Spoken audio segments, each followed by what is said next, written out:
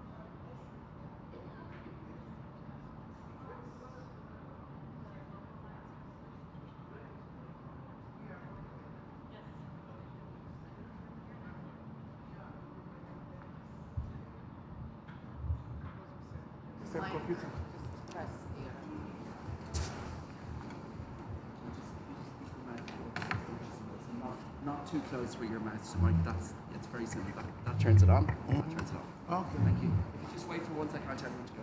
Okay.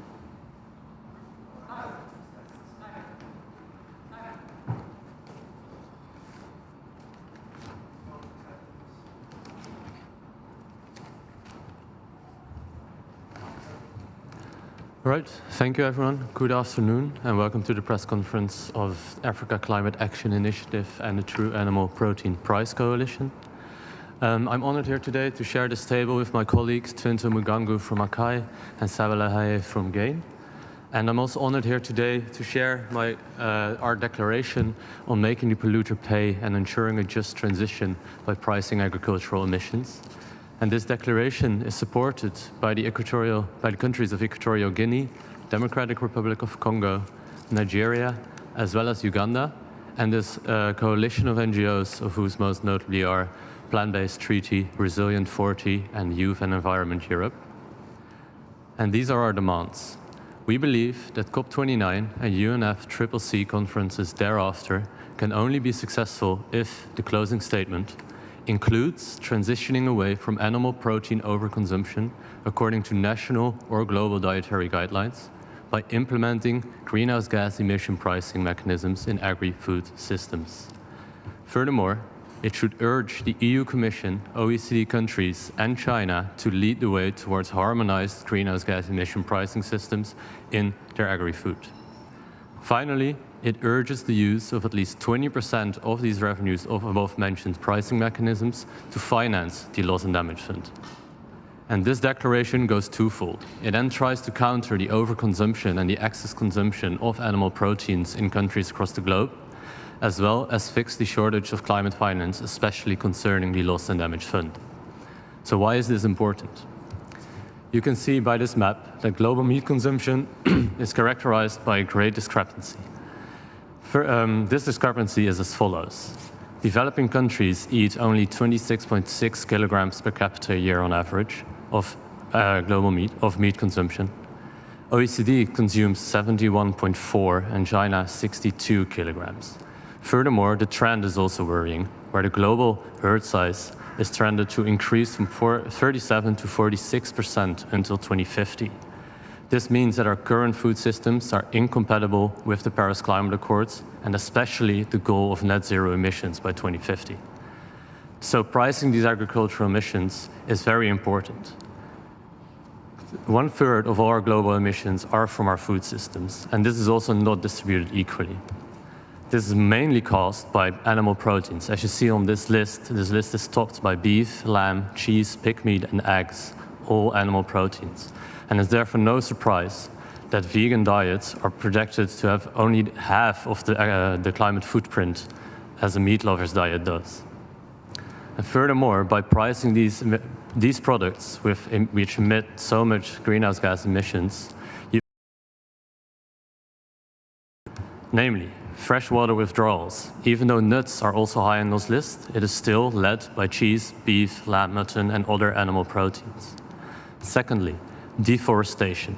41% of deforestation between 2005 and 2013 was caused by the pasture expansion for beef. Of this, majorly Brazilian beef and the Amazon deforestation. Furthermore, biodiversity loss. Of the 28,000 species threatened with extinction, agriculture threatens 24,000 of them. Furthermore, the global rate of species extinction today is higher than the average rate over the past 10 million years. And this is mainly due to the vast difference in land use between animal protein consumption as well as less animal protein consumption, as is shown here.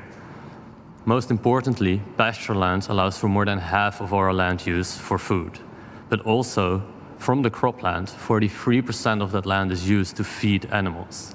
And therefore, it's logical that with less meat consumption, our land use for agriculture will decrease drastically. From only half with no beef or mutton to 3/4 if you go for a vegan diet. And this is mainly due to the food waste that happens when you transition plant-based proteins to animal proteins.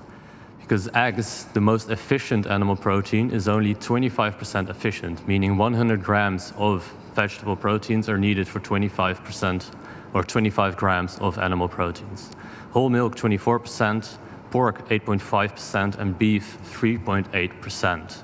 And therefore, UNEP has also stated, if cereals were used for direct human consumption instead of animal feed, an extra 3.5 billion people could be fed. And this problem with our food systems has recently also received acknowledgement by the global sphere. The UAE Declaration on Sustainable Agriculture, Resilient Food Systems and Climate Action has called for the shifting away from higher greenhouse gas emission practices to more sustainable production and consumption approaches. 162 countries committed to this.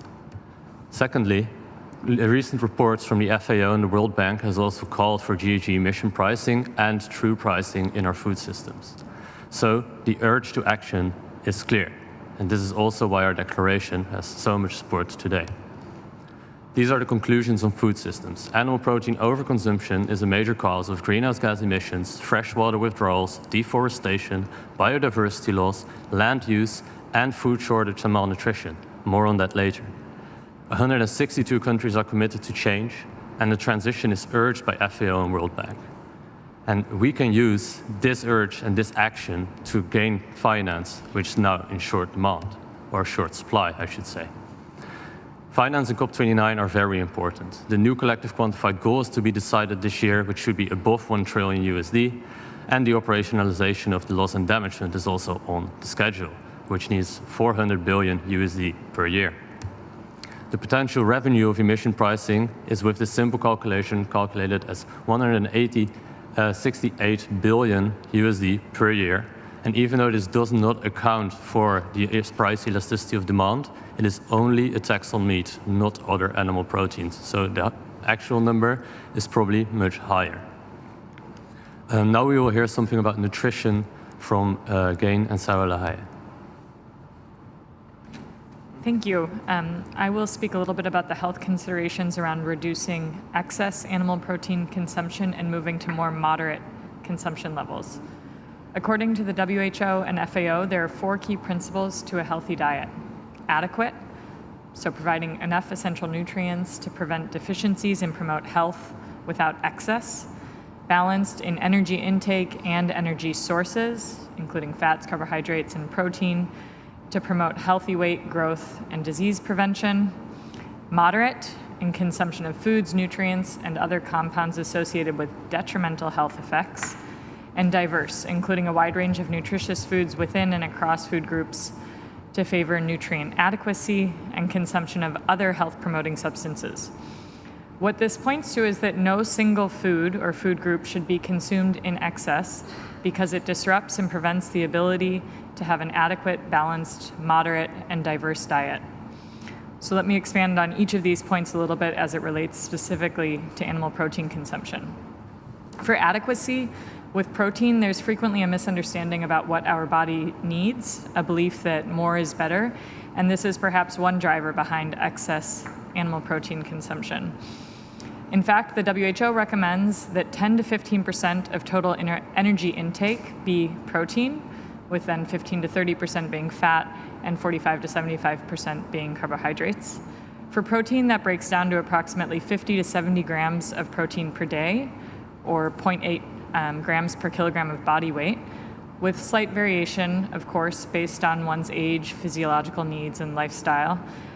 In upper-income countries, which currently consume approximately 200 grams of meat per person per day, on top of consuming other foods that include protein, this results inevitably in excess intake of protein. Consuming higher or lower portions of energy from protein, fat, and carbohydrates can have many negative health consequences. For protein specifically, excess consumption of animal protein that exceeds adequacy limits can cause metabolic burden, especially for the kidneys. Excess consumption also compromises the ability to consume adequate quantities of other health-promoting foods with their own micronutrient profile, which then in turn puts adequate intake of those micronutrients at risk. On micronutrients, which include all of your essential vitamins and minerals, animal source foods are a rich source of many critical micronutrients. However, like with other macronutrients, protein, fat, and carbohydrates, there are negative health effects associated with excess consumption of some micronutrients. For example, excess consumption of iron, which is high in red meat in particular, has been associated with risk of cardiovascular disease. On moderation, the FAO and WHO in their healthy diets guidance say we should only moderately consume foods that are associated with detrimental effects. They have found that high intakes of red meat in particular are associated with increased risk of several diseases, and evolving evidence suggests that consumption of processed red meat, even at low levels, can have deleterious health effects. The Eat Lancet Commission has also found that overconsumption of meat in Western diets is a significant contributor to poor health and increases a person's risk of becoming overweight, obese, or developing certain non-communicable diseases. Plant-based sources of protein do not have the same association with negative health impacts. There's growing evidence that substituting animal-based with plant-based foods is associated with a lower risk of cardiovascular disease, type 2 diabetes, and all-cause mortality. And therefore, FAO and WHO note that in places that have high meat consumption, switching to more plant-based sources of protein may be preferable to decrease risk of cardiovascular disease. It's for this reason that the FAO guidance on healthy, sustainable diets notes that diets should include whole grains, nuts, legumes, and an abundance and variety of fruits and vegetables, and notes that diets can, but not must, include moderate amounts of eggs, dairy, poultry, and fish, and small amounts of red meat. On diversity, in upper-income countries, there is generally decent access to a wide range of protein sources, including both plant and animal-based proteins. In line with the overall principle of diversity, protein should thus be sourced from a diverse range of foods. If one considers splitting their 50 to 75 grams of protein across a diverse range of sources, the inevitable result is generally modest intake of meat. You simply cannot achieve the diversity that your body and your gut microbiome needs if you disproportionately consume from one category of food. And this points to the broader principle of diversity. When we consume one food category in excess, we frequently underconsume other categories, which can offer important health benefits, such as essential vitamins and minerals or dietary fiber. Right now, in countries with excess consumption of meat, there's generally inadequate consumption of whole grains, nuts and seeds, and fruits and vegetables, simply because there isn't room in the diet for these foods when a disproportionate amount of the diet comes from meat. However, these foods offer really important essential health benefits, and we need space in our diets to adequately consume them. I think I've made clear, and this goes without saying, that this is a conversation about excess consumption. It is primarily in high-income countries where a diverse range of other healthy foods are available. The role that animal source foods play in meeting nutrient needs in lower-income countries is different because the food environment is different, generally with less access to a diverse range of foods. It is in these places that animal source foods are particularly important in meeting critical micronutrient and amino acid needs. However, I think even in these places, one would never recommend consuming animal protein at the levels that it is consumed in upper income countries today. To conclude, and one thing I always like to point out is I think it just makes a lot of sense that in our two homes, our planet and our bodies, they share a remarkable amount in common. Generally speaking, what is good for planet Earth is also good for our bodies. The foods that are good for soil, such as nitrogen-fixing legumes, offer incredible human and environmental health benefits. They are a rich source of protein, they're high in iron and other critical micronutrients, they're rich in fiber to help our gut microbiome flourish, but they also fix nitrogen in our soil, offering benefits to the environment as well. If we adhere to the principles of a healthy diet, we can also keep our food system within planetary boundaries while having a positive effect on key agricultural environmental indicators like agrobiodiversity and land use. Thank you. Thank you for these comments on nutrition, and thank you also for emphasizing that it's not our meaning to limit animal protein consumptions in countries where this is a vital part of their diet. I'll now give the word to Trinto Mugangu from the Africa Climate Action Initiative to give some words on their process and action, and also the importance of this declaration for their organization. Yes, I'm speaking on behalf of ACAI, the African Climate Action Initiative. So we represent the African continent, and I'm actually from the Congo, Democratic Republic of the Congo. And as Willem said, we are among the first four African countries who have already signed on this initiative, because we will be the beneficiary of these activities, the loss and fund, the loss and damage fund when it is established. So for a small history, we started actually in 2019 as a diaspora in Canada, and we were only at that time 4 countries, Anglophone countries of Africa, and then the effort has now moved to cover 20 countries of Africa, and our approach is to go beyond and cover all 53 countries of Africa as soon as possible. Now we are registered as an NGO in Ghana, and we have an office there ever since 2023. Our mission is generally to bring about sustainable development in Africa, especially to make people in Africa become self-reliant, especially using agricultural products and making a better living out of agriculture. Especially for the local community, women, children who are really being hit hard by global warming. Our vision is to bring about regenerative and climate-resilient Africa through a clean agriculture production technique and low resource consumption behavior, following traditional African experiences. So we are working under four pillars. We want to develop upstream, that means bottom up, with the participation of partners to increase capacity to locally led adaptation for sustainable development with resilience. The second pillar, we want to inform, foster, and assist in implementing natural resource management policies by promoting climate smart tools and the approaches adapted and acceptable to local communities in Africa.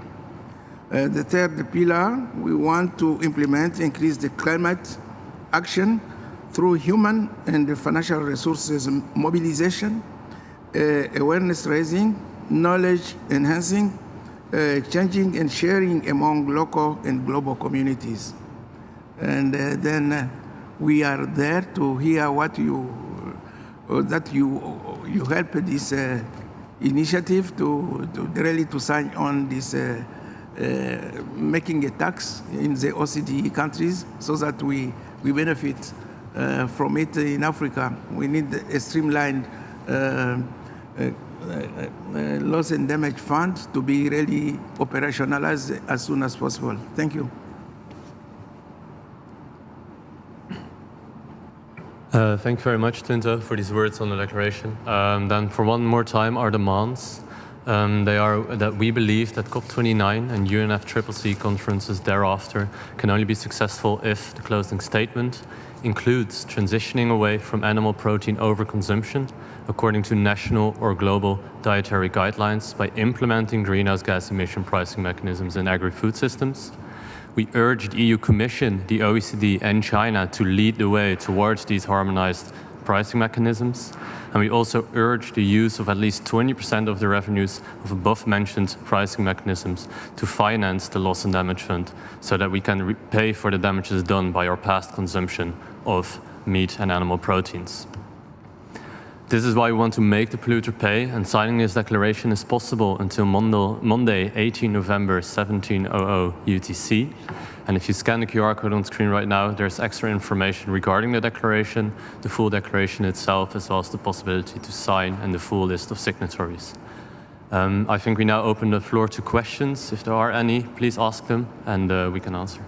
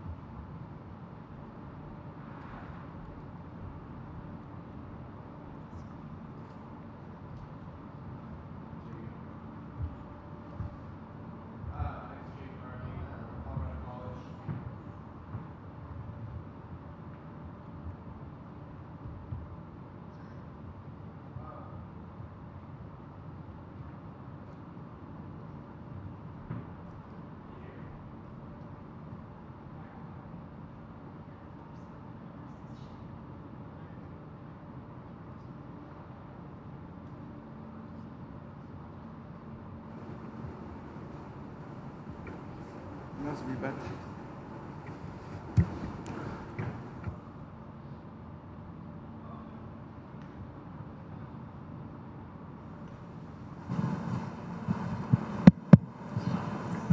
Okay. I'm asking this question within the context of the EU farmer protests that happened earlier this year.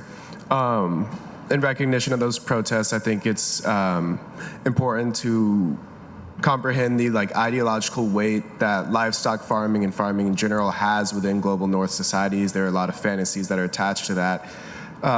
With that in mind, are there concerns among your organizations that such an initiative would incur a substantial reactionary response from members of these societies, be they politicians or citizens, that might harm other adaptation and mitigation initiatives in the future? Yeah, thank you very much for this question. I would first like to say that I think the risk of backlash and reactionary response to such policies is always a possibility, no matter what the policy says in this case. TAPP Coalition as a company lobbies in the European Union to not only use the money by the revenue of greenhouse gas emission pricing, not only use it for the loss and damage fund, but also use it to give a roadmap to farmers themselves to help them with our green transition and to therefore subsidize ecological farming and the consumption of vegetables and greens. I think currently there's the problem with there not being a clear roadmap, especially in Europe with the switching political climate. And therefore, it's also a lot of uncertainty for farmers in Europe, and therefore they're also causing protests. I'm not sure whether this is also happening in other global north countries, because I myself am from the Netherlands, but this is what I would like to share. I hope this answers your question.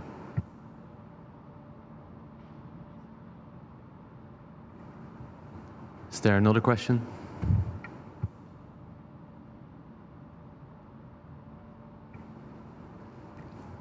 Okay, thank you very much then for your attention, and hope to see you during this conference again. And Friday we have a side event also covering this declaration at 5 at 3 till 4:30, I mean, in the side event room 2. So hope to see you there.